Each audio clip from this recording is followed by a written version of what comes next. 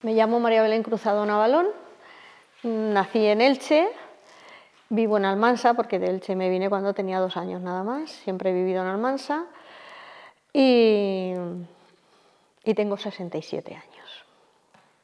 ¿Cuándo y por qué empezaste a trabajar en el mundo del calzado? ¿En qué año fue y qué edad tenías? Pues el año fue alrededor del 67 o por ahí más o menos. Tenía 13 años y buscaban, en la empresa que yo entré, 13 chiquillas para enseñarlas. Entonces yo vi que en mi casa hacía falta dinero, mi madre estaba muy sacrificada con barriendo el cine y todo eso, que con mi sueldo dejó ella de barrer el cine para hacer otras cosas, que ella también trabajaba en otras cosas. Y vi que era importante que yo entrara a trabajar. No porque me gustara, pero vi que era importante que yo entrara a trabajar. ¿Cuántos años trabajaste en el sector del calzado, incluyendo la fábrica y trabajar en casa, si fue tu caso? En la fábrica trabajé unos 7 o 8 años, no trabajé más hasta que me casé.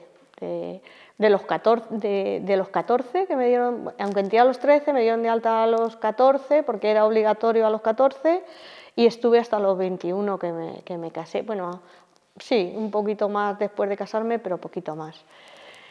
Y en casa yo no me llevé nunca, me llevé cosas pequeñas para hacer los adornos de los zapatos, algún pasado que le llamábamos también, y pues se incluyen los adornos, pero así coser en casa no cosí en casa. ¿Qué proceso realizabas dentro de la producción del calzado? ¿A qué te dedicabas? Yo fui guarnecedora, hice de todo, desde la unión de piezas, la terminación, pasé por todas las partes que lleva la formación del calzado. ¿Fuiste adiestrada y formada en el manejo de esa máquina? Sí, sí. Las chicas mayores que estábamos nosotras con ellas de ayudantas que se decía, ayudanta quería decir que sacábamos las piezas por número, los zapatos llevaban numeración y tenías que ponerlo para que ellas les cundiera más el trabajo, tú le ponías el talón con la pala con su número, el forro con su número, para que todo coincidiera. Luego quitábamos las hebras, recortábamos los sobrantes, así en un principio, y luego ya ellas poco a poco, cuando te veían que estabas un poco más suelta para coger la máquina, pues ya te decían cómo lo tenías que hacer y ellas mismas nos formaban. ¿Cuándo dejaste de trabajar en el calzado y por qué?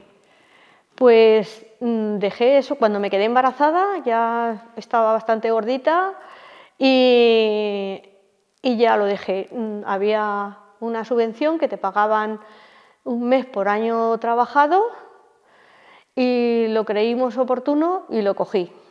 Y luego ya no lo dejé, bueno, ya en casa y eso yo ya no trabajé con cosas pequeñas, pero era porque con el paso de los años ya habían pasado, pues por lo menos muchos años. Entonces ya volví a ayudarle a mi marido. Mi marido tenía un taller y iba cuando quería, no estaba de alta y yo iba cuando quería o él me necesitaba o eso. Repartía yo la faena que a lo mejor tenía que coser allí, la repartía a otras casas o a otros sitios y hacía algunas cosas, pero así para yo en mi casa coser no cosía. ¿Siempre trabajaste en el calzado desde casa? Si no es así, ¿por qué acabaste haciéndolo? Ya te digo que es lo único que, como es lo que sabía hacer y luego ya al tener mi marido también el taller, pues le ayudaba a él y ya está. No sé. Fue entonces una circunstancia familiar, ¿no? Sí, sí. ¿Fue una decisión personal o de la empresa al salirte de la fábrica? No, fue personal, fue... De todas maneras es que yo creo que va por modas. Como todas lo hacíamos, pues lo veíamos también, no te parabas a pensarlo, lo que convenía ni lo que no convenía. Como era porque te pones a pensar lo que lo hubieras tenido tus bajas, que hubieras tenido tus cosas, y luego volver o no volver, o pedir alguna excedencia o lo que fuera. Pero yo creo que era la moda, lo hacíamos todos y todos lo hacíamos, como entrar a los 13 años, lo hacíamos todos y todos lo hacíamos. ¿Y tu salario en casa era un ingreso extra o era el único ingreso familiar? Oh, era un ingreso extra, sí. ¿Cuál y cómo era tu espacio de trabajo en casa, tu cuartico? No, es que yo no tenía cuartico, porque como no tenía máquina, pues entonces hasta incluso ese pequeño trabajo que yo hacía, lo hacía viendo la tele. O sea, en el salón o salita, más bien salita, teníamos una salita, pues en la salita. ¿Y qué tipo de trabajo te llevabas de la fábrica cuando Pues saliste? era como unas bandas que pasabas unas tiras, unas cosas, los adornos que llevan los zapatos, pero no te llevas el zapato entero, eran piezas pequeñas. Pero ese trabajo que te llevas a casa, ¿era al mismo tiempo que estabas dentro de la fábrica o ya que te saliste? No, cuando me salí, cuando eso. ¿Y consideras que tu espacio de trabajo era adecuado? Sí, y como era tan poco, era escaso. ¿La empresa te daba capacitación de riesgos laborales? No, no me daban, no nos enseñaban riesgos laborales porque además es que tampoco se daban casos así de que hubieran muchos accidentes ni nada de eso. Yo creo que éramos bastante conscientes de los peligros que tenía, aparte de verdad que las colas y eso. Yo he estado en casas que sí que es verdad, hablando de hace muchísimos años, pues lo menos 40, que la goma de pegar los zapatos, porque en las fábricas ya no, hasta incluso había máquinas que te echaban ellos también el pegamento, o lo dabas con pincel, pero te estoy hablando de hace más de 40 años que me llamó a mí la atención ir a una casa y estaban dando la goma, el cemen que le llamamos, con el dedo, lo cogían del bote y lo pasaban por donde tenía que estar doblado. Esperaban unos minutos que se secaran y luego ya se doblaba. Pero me llamaba la atención cómo lo cogían con el dedo. ¿Sufriste alguna vez algún accidente relacionado con el uso de los productos y herramientas? No, gracias a Dios no.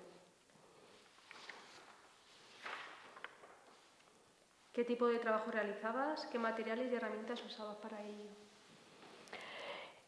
Materiales, nosotros cosíamos piel, la máquina para coser la piel, y materiales teníamos las tijeras, que eso era el todo, y otro tipo de materiales, pues yo creo que la máquina, las tijeras y las agujas y el hilo. ¿Cuántas horas al día dedicabas al trabajo desde casa?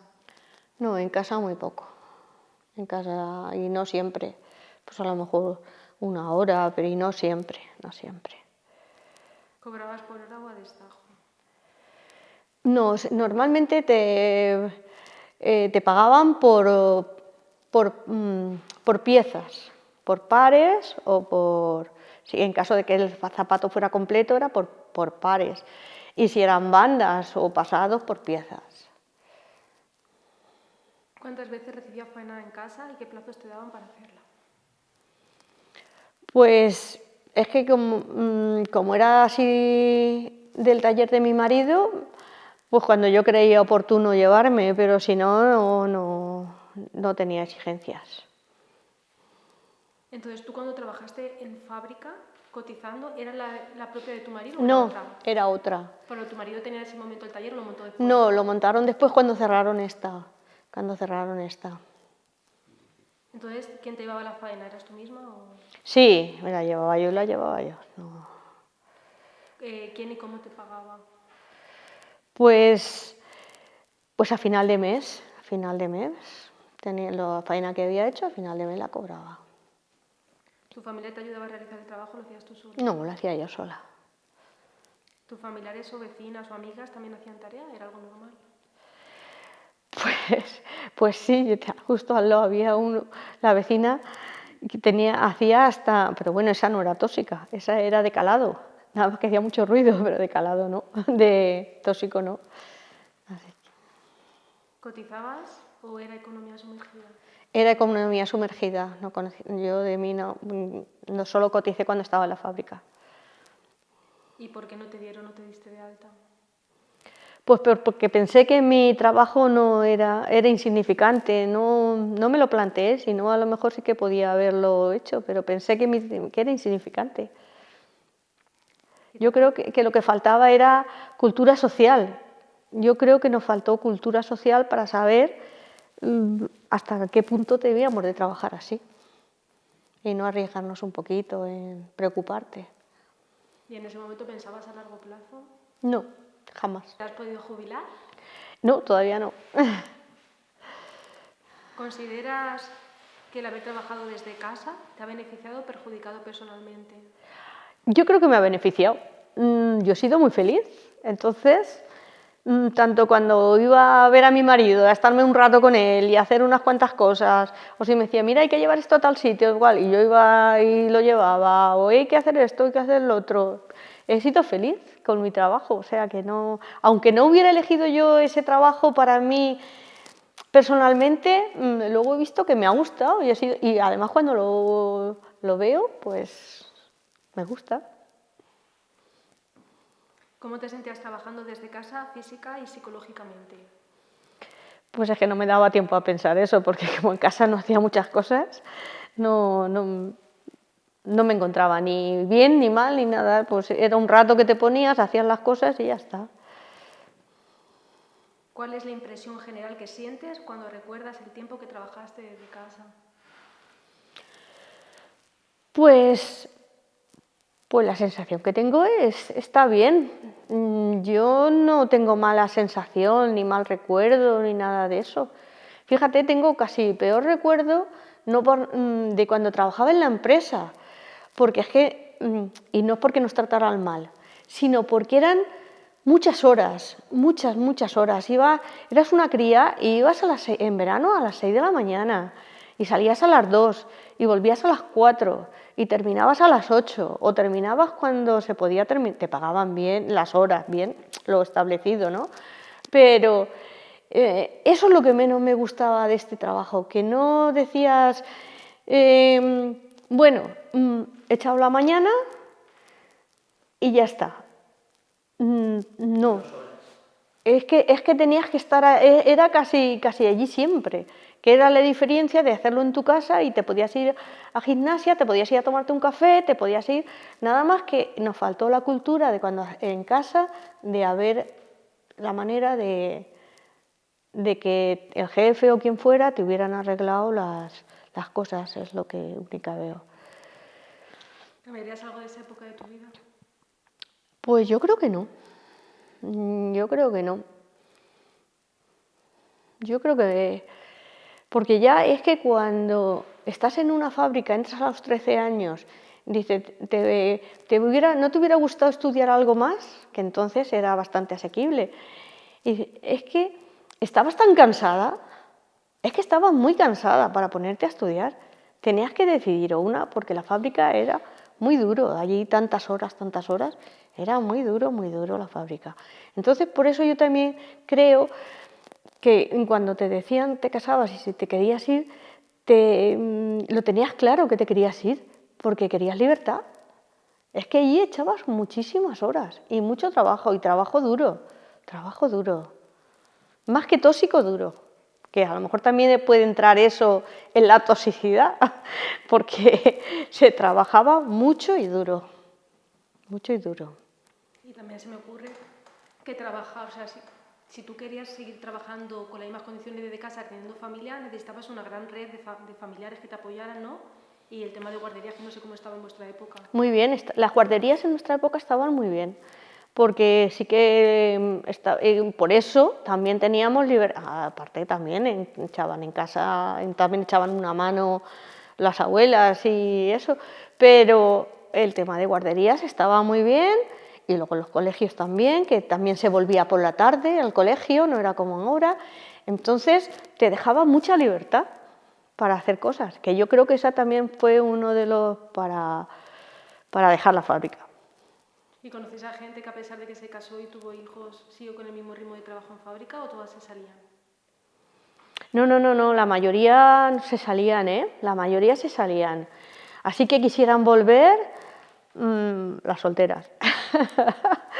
Las que nos casábamos todas, y luego a lo mejor, además, es que hago memoria a ver qué casada volvía y no me viene a la mente ninguna, que volvería alguna, pero no me viene a la mente ninguna. ¿Consideras que tu trabajo era precario laboralmente? ¿Lo percibías como legal o explotación laboral? Pues precario fue cuando entré a los 13 años, eso sí que fue precario, porque es que no tenías edad para eso, ni para levantarte, que tenías que estar en verano a las 6 de la mañana en el puesto de trabajo, te tenías que levantar a las 5:30, 6 menos 20. Entonces a los 13 años eres un niño para hacer esas cosas, creo yo. Pero por lo demás, no, por lo demás no. ¿Alguna vez exigiste tus derechos laborales a tu jefe o encargado? No, jamás, jamás se me hubiera ocurrido. En tu caso trabajas para tu marido, ¿no? Bueno, pero eso ya fue después, eso fue casi porque me gustaba, más que por otra cosa. Pero me dijiste antes que siempre que trabajaste fuera de la fábrica, ¿siempre trabajaste para tu marido o también Sí, para no, la no, fábrica? no, solo para mi marido, solo en el taller de mi marido. Y él nunca dijo, vamos a hacerte un contrato para que vayas cotizando, nunca se habló de eso. Nunca, ni lo pensamos siquiera, ni lo pensamos. Es que no lo llegamos a pensar nunca. Pero era una seguridad social menos que pagar, claro. Claro. Y que los beneficios tampoco eran tantos, al ser así una cosa pequeña y todo eso, los beneficios tampoco eran tantos. Nosotros estábamos bien, éramos felices y teníamos lo que necesitábamos. Nuestros hijos ya habían estudiado sus carreras, ya estábamos solos y nos pareció oportuno y ya está, no lo pensamos. Que a lo mejor sí, que si le hubiéramos dado una vuelta es posible, pero que no lo pensamos. O sea, desde que te saliste de la fábrica hasta que empezaste a hacer trabajo en casa, poquitas horas, pasaron muchos años sin hacer nada. Sí, Paraste. sí. ¿Deberían reconocerse vuestros derechos laborales y años cotizados en casa? Pues yo creo que sí que se debería de... mi caso en concreto a lo mejor no lo sé, porque claro, era muy esporádico y era así muy... Pero hay personas que en casa echan muchas horas, muchas horas y lo necesitan. Así que yo creo que sí que se debía de... ¿Qué se siente al haber trabajado toda la vida y aportar a la economía familiar y ahora ser dependiente económicamente al no tener pensión de jubilación? Pues yo creo que como lo tengo asumido, no me encuentro mal. De eso lo tengo asumido. Pues es que como he hecho lo que creía conveniente, pues no me siento mal. ¿Crees que actualmente las empresas de calzado locales siguen derivando trabajo a las casas? Sí, lo hacen creo que de manera diferente. Creo que hay grupos que se llaman guarnecidos o talleres, y esos son los que llevan la faena a las casas, o sea, como con un intermediario de entre las fábricas y las casas. Pero sí, hay muchas casas que se siguen haciendo zapatos, de una manera o de otra. ¿Conoces a alguien que lo haga actualmente y por qué crees que lo hace? Pues conocer así, sé que se hace, pero no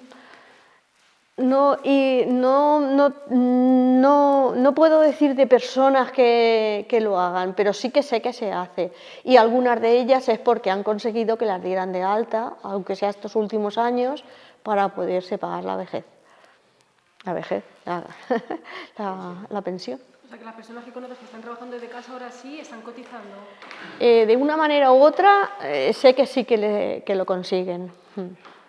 Sí que es verdad que no están en el propio carnet, a lo mejor media jornada, a lo mejor lo que sé, pero sí que sé que ahora algunas de ellas sí que van a conseguir sus cotizaciones. ¿Cuáles crees que serían las posibles soluciones que podrían beneficiar legalmente a las zapateras domiciliarias? ¿Cómo se podría arreglar legalmente el hecho de poder trabajar desde tu casa y que sea totalmente legal? Pues o bien no, que la empresa te diera de alta por lo que las horas que estás trabajando para nosotros 4 horas, pues 4 horas te tenemos que dar de alta, aunque estés en tu casa, aunque pagues tú la luz, pero... Claro, el problema es que las empresas hacen esto para abaratar costos. Exactamente. Y de hecho dicen que si las empresas almacenan hubieran recurrido a la economía sumergida, muchas hubieran ido De, han desaparecido, es lo que les hace seguir a flote. de hecho, yo creo que conozco más empresas que han fracasado que de las que han salido a flote. Yo muchas veces he pensado así, a ver, ¿cuántos han...? Y es más los que han fracasado, o sea que no serán...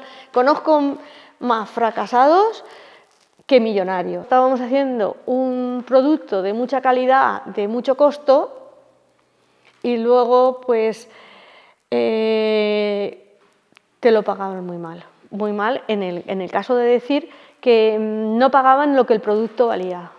Siempre te intentaban, y muchos, incluso dejaban, porque entonces no se hace como ahora, que primero pagas y luego recibes el producto o a la vez. Entonces no, tú mandabas los productos, mandabas los zapatos y a ti te los pagaban cuando te los pagaban, si es que conseguías cobrarlos. Entonces, esto pues hacía falta. Sé que las empresas ahora que quedan en Almansa importantes, esos no trabajan así. Eso cuando tú pones el calzado donde tiene que estar el dinero, si no, no te llegan los paquetes. Como cuando tú te compras por internet un abrigo, o lo pagas o no lo recibes el abrigo, pues esto es también, ahora creo que ya están trabajando así y debido a todo eso. ¿Y esos pequeños talleres eran los que hacían intermediarios entre las fábricas? ¿O cómo fue? Sí, bueno, había de todo, había pequeños talleres y otros que no, que tenían sus clientes y en esos pequeños talleres fabricaban sus zapatos para sus clientes, no tenían ninguna fábrica intermediaria por dentro. Tenían, eso sí, llevaban, por ejemplo, los zapatos a ponerlos en las hormas de zapatos y eso a otro sitio y cosas de esas, pero no era faena de otras fábricas. Y también lo que he leído es que muchas fábricas también cambiaban de nombre, que no desaparecían realmente, cambiaban el nombre para empezar de nuevo.